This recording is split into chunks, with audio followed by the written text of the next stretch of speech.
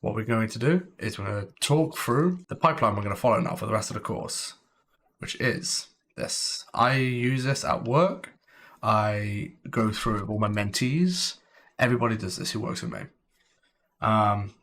So I spoke about blockout.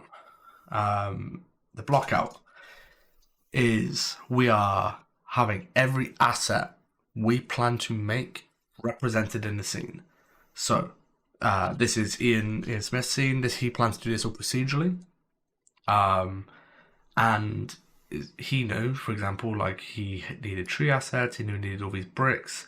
And this took a lot of iteration because originally he modeled in the entire staircase. And I had to ask him, like, do you plan to make it like that? And he said, no, I plan to do like a different workflow. I'm like, okay, you need to split them stairs up and get that represented in the engine how you plan to make it. Because that is scope.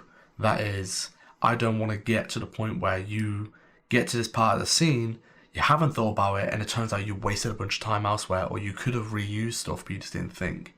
So the blockout is, actually I should probably put some sticky notes, I guess that'll be good. Let's do this. So blockout. Scope. That is like probably the number one thing we're doing when we are blocking out. We're scoping out the project. How much work do I need, and am I able to like output this stuff? Pipeline.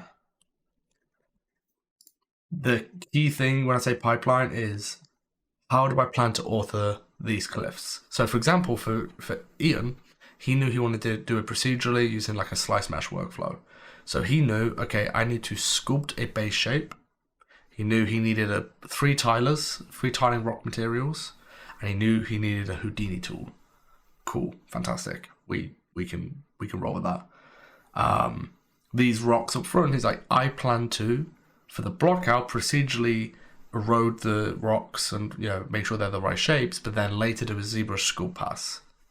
Okay, completely fine. That is a good workflow. We are thinking ahead of time how we're going to do stuff, so that when we get to it, we don't need to think, we just do. Like, this is in production. Once you get to like the later stages of production when we're making the art, you should be in almost autopilot, that mode where I can just put a TV show on or a podcast or whatever, and I can just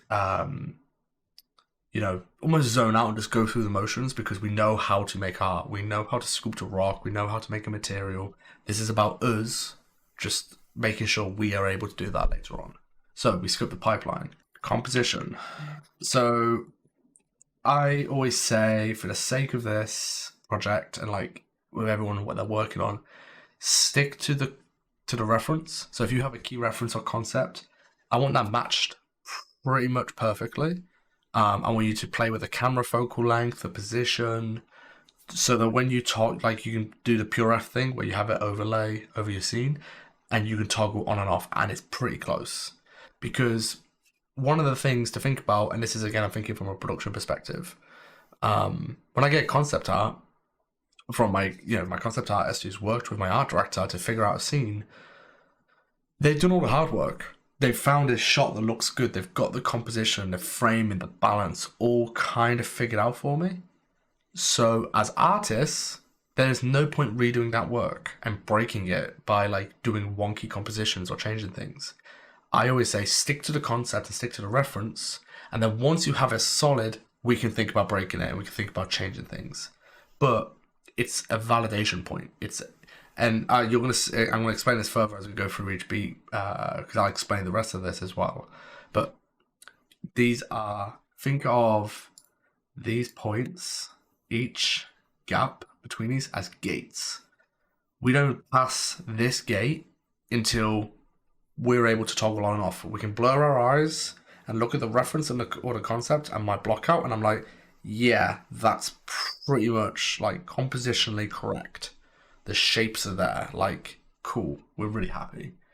So that's what we're doing a block out. I'm going to briefly go over the rest of it so we know what's in store for us for the rest of this project. Art sheet is essentially no normal maps, no textures, nothing. I just want you to do a sculpt pass or a macro pass, because you might do some of this procedurally, procedurally, sculpting, whatever, how you plan to do it. But you're doing a pass to just get shapes in. We're getting our like macro shapes. Where are the big lines? Where, you know, where the detail is in rocks, where, you know, all this kind of stuff, where the noise is. The reason I don't introduce normal maps is because, again, I want to pass, we're passing gates. I want to be able to blur my eyes and go, so I've got the reference over here. I toggle to the blockout. Yeah, this looks pretty good. I toggle to this, the art sheet one, and it starts to look wrong or like not great. I'm like, okay, I know where the problem is because I know my blockout was solid. So when I get to this stage, I need to fix this. The macro shapes I've introduced are not working. So then we move on to art sheet 2. Art sheet 2 is essentially, I'm introducing normal maps.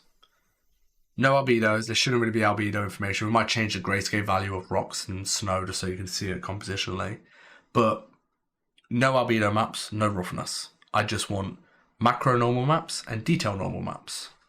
Why?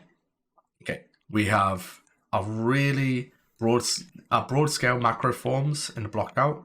We're introducing our secondary shapes in the art sheet 1. We're introducing our tertiary shapes in art sheet 2.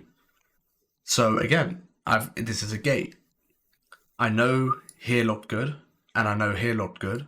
If I go to here and everything's noisy and it kind of looks wrong and doesn't really sit on the screen right and it doesn't feel like the concept, I know where my problem is. I don't need to dig through these 2 stages to try and figure it out. Where it's just about, right, I need to rework my normal maps and make sure things look right and iron it out. And you're probably starting to get the gist now. We get here, we're introducing albedos, roughness. We're starting to get like our basic lighting. We're starting to get some of our like shaders online, you know, Z-up shaders or whatever. And once again, like, I love working in black and white because black and white, I can just see value and shapes really easily. This is always the problem area, is introducing color information, because color is noisy and color is actually really, really difficult to work with. Which is why I want people, when they're here, to just focus on shapes and forms and not worry about color, because we get our shapes and forms right, we can get our color right. So then when we get to here, it's a case of, okay, as artists, it's balancing, making choices. And this is where I come in, where it's a lot of like just guiding. I think this is feeling a bit noisy. I think you should introduce, and I'm helping you problem solve why things feel wrong. And then we get to the polish stage, the fun bit, the bit everyone enjoys, VFX and lighting and all that kind of stuff. This pipeline I have used for probably 8-9 years. All my mentees go through it. It doesn't matter. And like I said, this is like Ian tackled this in a procedural way. It doesn't matter what kind of pipeline you use. This process works. Stylized realism.